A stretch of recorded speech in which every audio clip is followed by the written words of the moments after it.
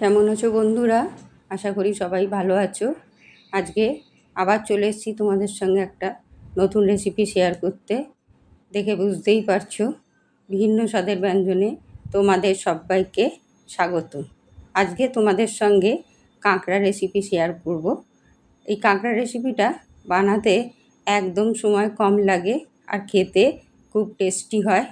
চলো আমি কিভাবে কাঁকড়াটা বানিয়েছি তোমাদের সঙ্গে শেয়ার করি।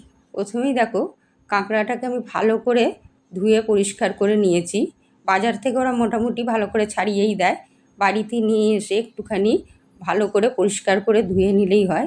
আমি নুন হলুদ মাখিয়ে কাঁকড়াটাকে রেখে দেবো। কড়াই তেল দিয়ে কাঁকড়াগুলোকে আমি ভেজে নেব। এখন কাঁকড়া পাওয়া যায় কেজি দরে, কিন্তু আমরা যখন ছোট ছিলাম তখন দেখেছি আমাদের মারা কাঁকড়া জোড়া হিসাবে কিনতো। আর কাঁকড়া সাধারণত তখন বাজার থেকে লোকে কিনতো না, বেশিরভাগ সময় বাড়িতে এসে কাঁকড়া বিক্রি করতো। অনেকটা কাঁধে দুটো ঝোলা নিয়ে আসতো, অনেকগুলো করে কাঁকড়া নিয়ে, আর মুখটা জাল দিয়ে সেই ঝুড়িগুলোতে বাঁধা থাকতো। খেতে কিন্তু ওই কাঁকড়াগুলোর টেস্ট খুব ভালো হতো, এখনকার কাঁকড়ার মতো নয়। যাই হোক, আমি কাঁকড়াগুলো ভেজে তুলে নিয়েছি। গোটা গরম মশলা তেজপাতা ফোড়ন দিয়েছি। একটা পেঁয়াজ নিয়ে নিয়েছি, সেই পেঁয়াজটা আমি ব্লেন্ডিং জারে দেখো ব্লেন্ড করে নেব। পেঁয়াজটা আমার বাটা হয়ে গেছে। এবার ওই তেলে গরম মশলাটা গন্ধটা সুন্দর বেরোবার পর পেঁয়াজগুলো আমি দিয়ে দেবো। পেঁয়াজ বাটাটা দেওয়ার পরে আমি এর মধ্যে একটু আদা রসুন বাটা দেব, 1 চামচ মতো। একদম সামান্য মশলা দিয়ে কাঁকড়াটা রান্না করলে কাঁকড়াটা খেতেও টেস্ট হয়, আর কাঁকড়া এমনিও খেতে খুবই ভালো লাগে। তোমরা যারা কাঁকড়া ভালোবাসো তারা অবশ্যই এইভাবে রেসিপিটা ট্রাই করো, দেখো ভীষণ ভালো লাগবে। একটা মশলা নিয়ে নেবো, সামান্য একটু জিরে গুঁড়ো, সামান্য একটু ধনে গুঁড়ো, সামান্য একটু কাশ্মীরি লঙ্কা গুঁড়ো, সামান্য একটু এমনি লঙ্কা গুঁড়ো, আর একটু হলুদ নিয়ে নেবো, আর নিয়ে নেবো একটু গুঁড়ো গরম মশলা। এটা জলে গুলে নিয়ে আমি এই পেঁয়াজ আদা রসুনের মধ্যে অ্যাড করে দেবো, দিয়ে ভালো করে একটু কষে নেব।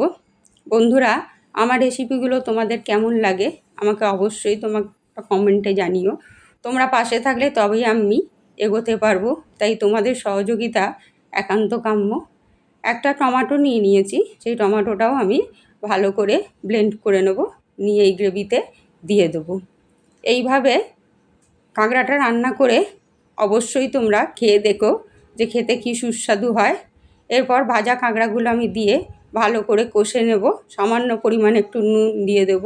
নুনটা কিন্তু সম্পূর্ণ তোমাদের স্বাদ মতো দিও। এমনি কাঁকড়াতে একটু নুন হয়, কারণ সমুদ্রের জিনিস, তাই নুনটা একদম পরিমাণ মতো দেবো। জলটা একটু বেশি করেই দেবো, কারণ কাঁকড়াটা একটু সেদ্ধ হবে।